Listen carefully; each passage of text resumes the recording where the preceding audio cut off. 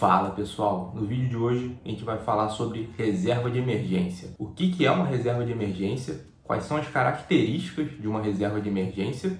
Por que é importante você ter essa reserva, né? E quais são os investimentos recomendados para você deixar esse dinheiro da reserva? E se você quer me ajudar, deixa seu like aqui embaixo, que aí o YouTube vai entender que esse vídeo é relevante e vai distribuir para mais pessoas. E fica até o final desse vídeo que um dos investimentos que eu falar vai ser bem polêmico. Vamos lá, primeiro você precisa entender o que é a reserva de emergência. Essa reserva nada mais é, como o próprio nome diz, uma quantia de dinheiro que você vai deixar guardado, separado, onde você não vai mexer, e você só vai mexer nessa reserva caso aconteça algum tipo de emergência, algum tipo de imprevisto. Então, por exemplo, imagina que você bateu o carro. Isso era um imprevisto, você não esperava bater o carro, ninguém dirige pensando em bater o carro.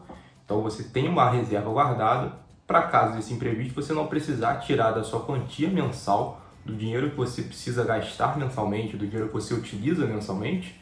Você já tem essa quantia reservada para utilizar em caso desse imprevisto. Então você vai poder pagar o conserto do carro, por exemplo. Ou no pior dos casos, imagina que você perdeu o emprego, você está desempregado, você não sabe quanto tempo você vai ficar desempregado, você precisa manter as contas da casa. Você precisa continuar pagando essas contas que vão chegar mês após mês. Então você precisa ter um montante guardado em caso de um imprevisto como esse. Mas vamos botar isso um pouco mais na prática. Vamos imaginar o investidor 1 e o investidor 2. Ambos ganham R$3.000 mensais e tem um gasto fixo mensal de R$1.500. O investidor 1 não possui reserva de emergência e os outros R$1.500 que sobram, ele gasta completamente no dia a dia para a família dele, para sair para jantar, para se divertir, etc. O investidor 2, por outro lado, ele também gasta os R$1.500 no dia a dia, no mês dele, só que ele tem uma reserva de emergência, ele já montou uma reserva de emergência. E aí vamos imaginar aquela situação hipotética de que os dois bateram o carro, tá? Então, o investidor 1 e o investidor 2 bateram o carro e eles precisam pagar um conserto. Digamos que o conserto seja em torno ali de R$3.000 tudo. E vamos imaginar o pior cenário aqui. Vamos imaginar que esse acidente aconteceu no final do mês,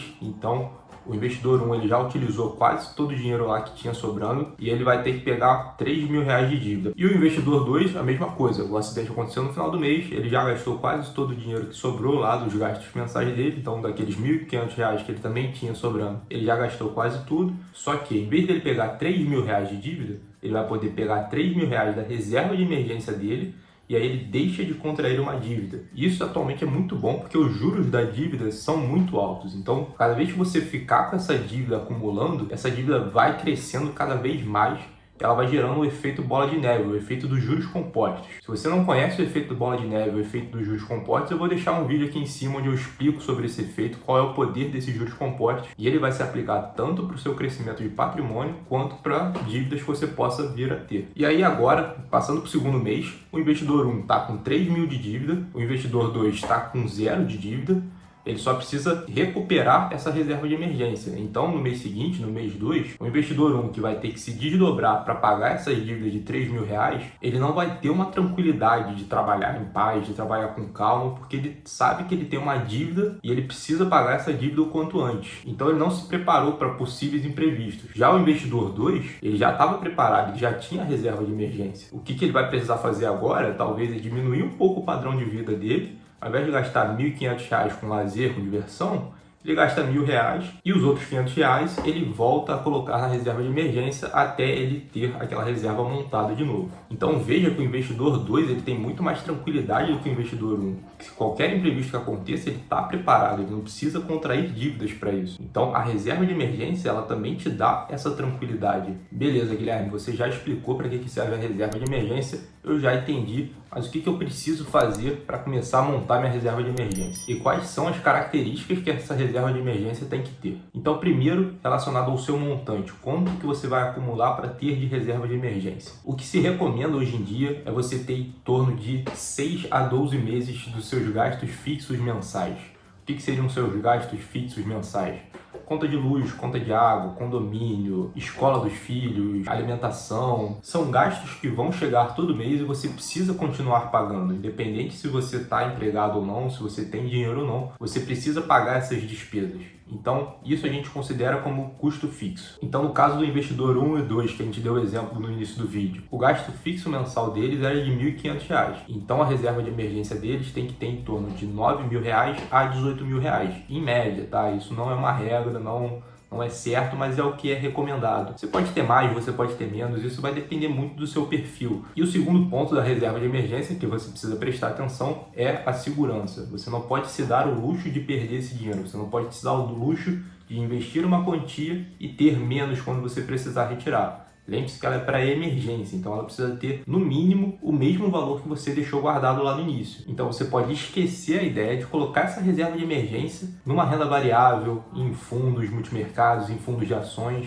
Tudo isso você não pode considerar. São investimentos onde a volatilidade é muito alta e você não tem a garantia que você vai ter o mesmo valor que você investiu lá no início. Então, reserva de emergência é sempre em renda fixa, não inventa. Terceiro ponto, precisa ter liquidez imediata ou praticamente imediata, no máximo no dia seguinte. O que eu quero dizer com isso? A liquidez é a facilidade que você tem de recuperar esse dinheiro que você colocou. É você fazer o seu investimento virar dinheiro de volta para você. E aí você pode até se perguntar, mas as ações têm liquidez 2 dias depois. Por que eu não posso colocar minha reserva de emergência em ações? E aí a gente volta lá no segundo ponto. Não pode ficar em um investimento que seja variável. Você não pode se arriscar ter menos do que você tinha no início. E por que a liquidez é tão importante para a reserva de emergência? Então vamos colocar um outro exemplo aqui. Imagina que você precisa fazer uma cirurgia, que você não estava esperando, você não tem plano de saúde, você vai precisar pagar essa cirurgia do seu bolso. E se você não pagar hoje ou no máximo amanhã, você não tem a garantia de fazer a cirurgia. Então você teria que contrair uma dívida para conseguir fazer a cirurgia. Esse é um caso, por exemplo, que não pode esperar. Então você precisa ter o dinheiro ali no máximo no máximo no dia seguinte. Então por isso que você não pode se arriscar e colocar, por exemplo, em fundos. Imagina você colocar em um fundo de ação que tem um resgate 30 dias depois. Primeiro você não sabe quanto que você vai ter lá 30 dias depois, porque a gente está falando de renda variável. Segundo, você tem uma liquidez muito demorada, você tem uma liquidez de 1 mês. Você não pode esperar 1 mês para pagar aquela despesa, aquele imprevisto que você teve. Então, por isso que a liquidez imediata ou quase imediata é importante. E agora a gente chega no último ponto relevante da reserva de emergência, que é quais são os investimentos que eu posso deixar. Então, primeiro, o Tesouro Selic é o investimento mais seguro que tem hoje em dia, é protegido diretamente pelo governo, então você só perde dinheiro em caso do país quebrar. Você tem a liquidez ali de D+1, né? Ou seja, você tem no dia seguinte que você pede o resgate, você já está com o seu dinheiro em conta e você não tem o risco de perder esse dinheiro, ele vai sempre crescer de acordo com a taxa Selic. Então não tem volatilidade no seu investimento, você não corre o risco de ter menos dinheiro do que quando você investiu. Se você não conhece direito o Tesouro Selic, fica ligado no canal, que em breve eu vou lançar uma série somente sobre Tesouro Direto, falando sobre os 3 tipos de Tesouro Direto. O segundo investimento recomendado é um CDB que renda 100% do CDI como liquidez diária. Qual é a diferença do CDB para o Tesouro Direto? O Tesouro Direto você está basicamente emprestando dinheiro para o governo. Num CDB você vai emprestar o dinheiro para um banco. O rendimento dos dois ali vai ser igual, você também não corre o risco de ter menos dinheiro do que quando você investiu. E esse CDB que você vai investir em banco, normalmente ele vai ter a proteção do FGC. Se você não sabe o que é a proteção da FGC, eu vou deixar um vídeo aqui em cima onde eu falo sobre isso. E aqui você pode transferir o dinheiro também para a conta do Nubank. Não é um CDB, mas ele vai render a mesma coisa, ele vai render 100% CDI e ele também vai ter a proteção da FGC. Então você também pode ficar tranquilo quanto a isso. E o último tipo de investimento que eu falei que era polêmico, que você pode deixar também a sua reserva de emergência, é na poupança ou na própria conta corrente. Ah, mas por que eu vou deixar lá se não rende nada? Realmente, você tem esse argumento porque normalmente, se o seu banco tem um CDB com 100% CDI, por exemplo, vale mais a pena você deixar lá, se você tiver essa liquidez imediata. Se não tiver, a poupança, por exemplo, você pode tirar até em final de semana. Então, se o seu imprevisto acontece em um final de semana e a sua reserva de emergência está na poupança, você pode tirar ali sem problema nenhum. E o importante aqui é ressaltar que você não tem que se preocupar com a rentabilidade desse dinheiro. Você tem que se preocupar mais com a segurança dessa reserva do que com a rentabilidade. Lógico que se você tiver a opção de um CDB com 100% de CDI, com liquidez imediata, segurança garantida, e a poupança que rende 70% da Selic com a mesma segurança,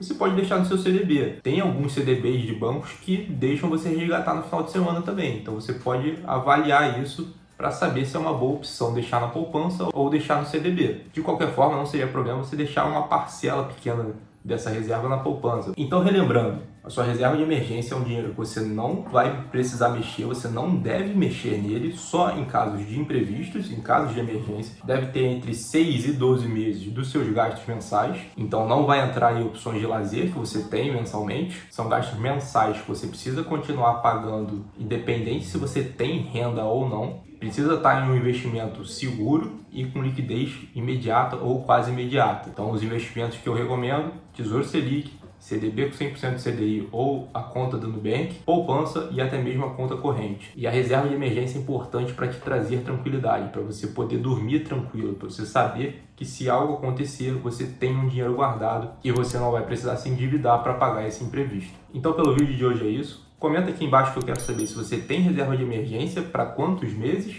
e se você não tem reserva de emergência, por que você não tem. Beleza? Um abraço, até a próxima.